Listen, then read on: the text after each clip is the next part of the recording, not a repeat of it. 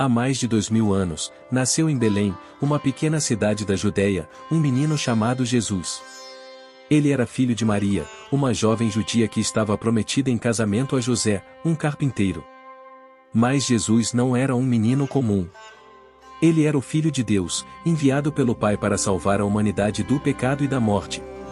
A Bíblia conta que Maria recebeu a visita de um anjo, que lhe anunciou que ela seria a mãe do Salvador. Ela aceitou com fé e humildade a missão que Deus lhe confiou. José também recebeu em sonho a mensagem de que deveria acolher Maria e seu filho como sua família.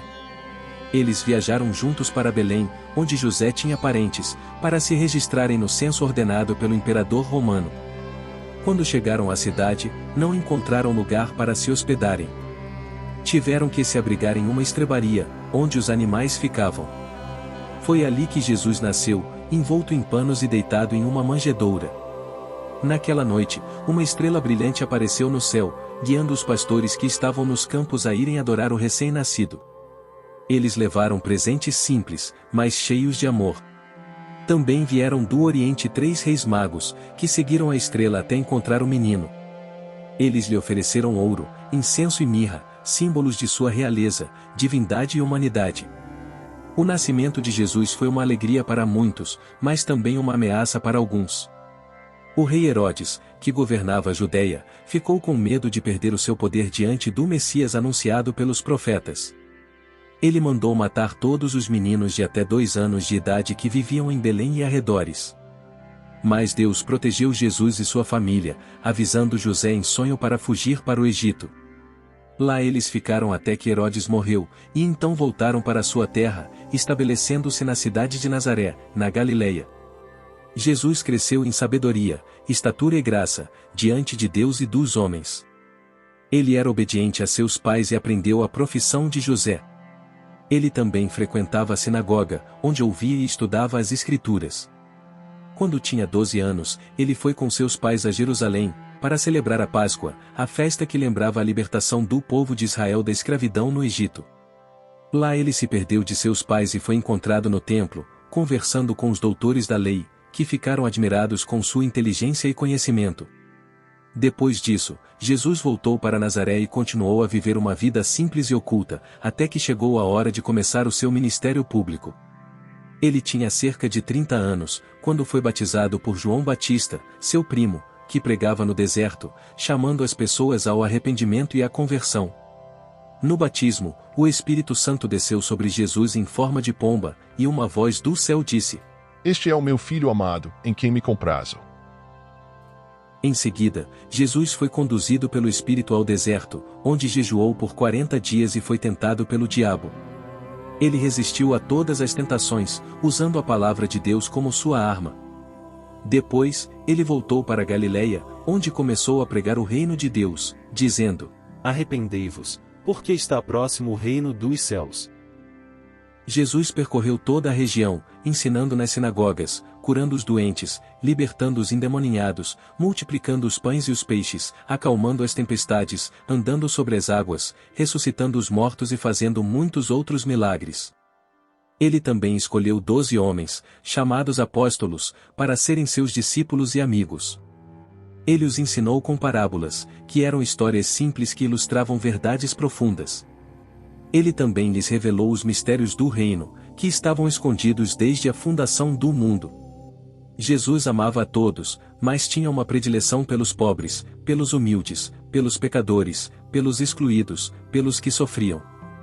Ele veio para buscar e salvar o que estava perdido, para dar a vida em abundância, para trazer a luz às trevas, para anunciar a boa nova aos pobres, para proclamar a libertação aos cativos, para dar vista aos cegos, para curar os quebrantados de coração, para consolar os que choram, para dar beleza em vez de cinzas, óleo de alegria em vez de pranto, veste de louvor em vez de espírito angustiado.